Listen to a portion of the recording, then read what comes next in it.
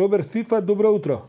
Добро утро. Роберт Фифа е член на синдикатот на противпожарните работници, на пожарникарите, на нашите храбри луѓе кои што се секогаш на првата линија на фронтот. Фифа, како работи синдикатот на противпожарните работници? Па синдикатот работи, така да речем, адаптиран на овие услови. Најпрво би сакал да изразам зборови за подршка на колегата кој што бе слушав претходно во Велес, градоначалникот јави дека е нешто повреден при некоја интервенција. И инаку активностите на синдикатот гледаме што можеме да помогнеме во ситуацијата, ангажирани сме таму каде што ќе биде побарано од нас како служба.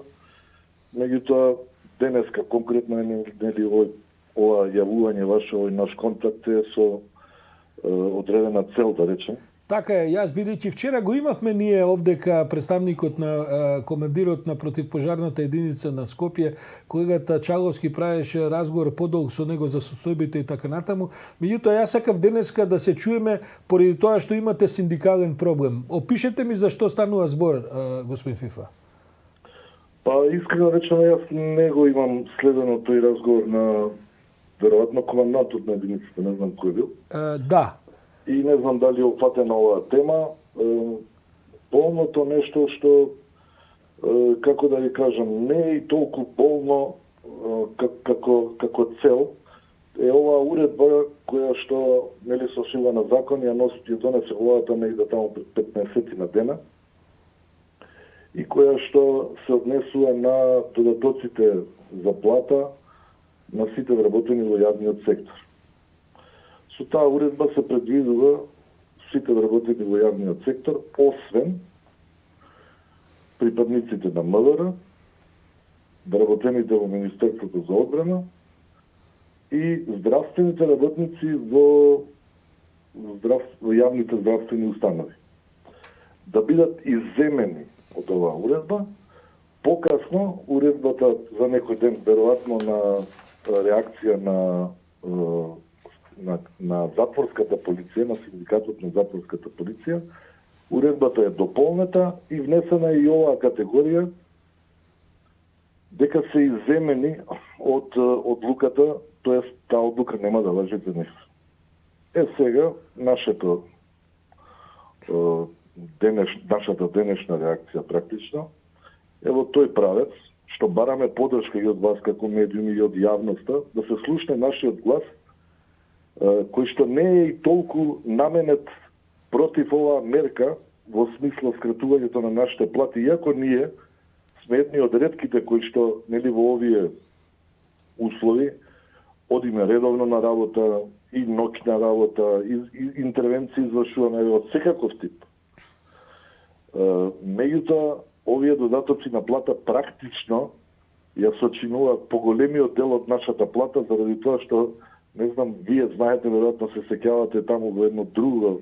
Да, пред година и пол ги разговаравме тие теми во повеќе детали, така беше. Да, нас платите и онака државата ни ги крати за 20%, кои што судот пресудува дека треба да ни ги исплати. И сега доаѓаме до една апсурдна ситуација каде уште. Јас пак ќе кажам. Пожарникарите се од типот на луѓе скромни, со големи срца и големи души. И нас не погаѓа финансиската импликација од оваа уредба. Не погаѓа тоа што едноставно имаме несоодветен третман од државата во смисла. Ние спаѓаме во редот на униформирани интервентни служби кои што треба да бидат јавен сервис. Какви што се полиција, брза помош, специјалните сили на Министерството за одбрана. И сега нелогично ни е. Едноставно нелогично, надвор од секоја логика на нештата, како може полициските припадници на специјалната единица Тигар да бидат, нели, они се на работа, секоја чест, за секоја професија. И они интервенираат каде што евентуално има потреба од нив. Да, разбирам. Има многу помалку потреба од нив него ли од нас. Разговарате ли со некого на оваа тема? Значи, ние поднесовме барање, се обратиме наш работодавач, ние град Скопје.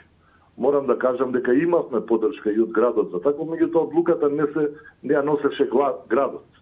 Конкретно градоначалникот беше и ден денеска мислам дека се уште се заложила да биде променета таа одлука. Меѓутоа, јас пак ќе кажам, гледате, кај нас се уште имаме некако траги од едно минато општество кај што главна одлика беше колективната одговорност. И сега, јас верувам дека некој кој што ја спремал оваа уредба е едноставно зад името институција. Не е тоа институција, тоа е еден човек, двајца, една група кој што ја спремали. Укажувам на оваа грешка, која што пак ќе кажам, не погаѓа толку финансиски. Ние сме и онака сиромашна класа во општеството.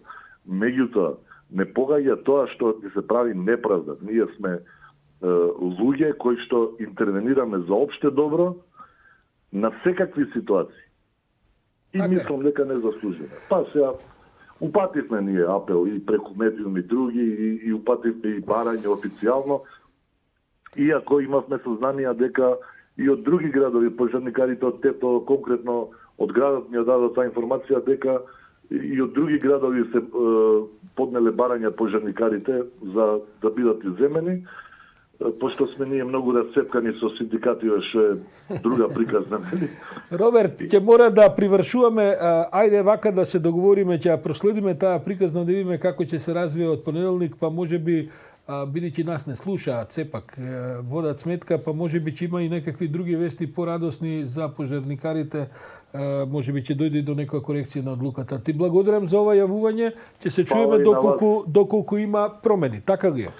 Да, секако фала на устапеното време и фала на вниманието со кое што ни ја следите дејност. Секогаш за пожарникарите имаме простора. Поздрав на колегите и да немате многу интервенции, тоа е важно. Фала.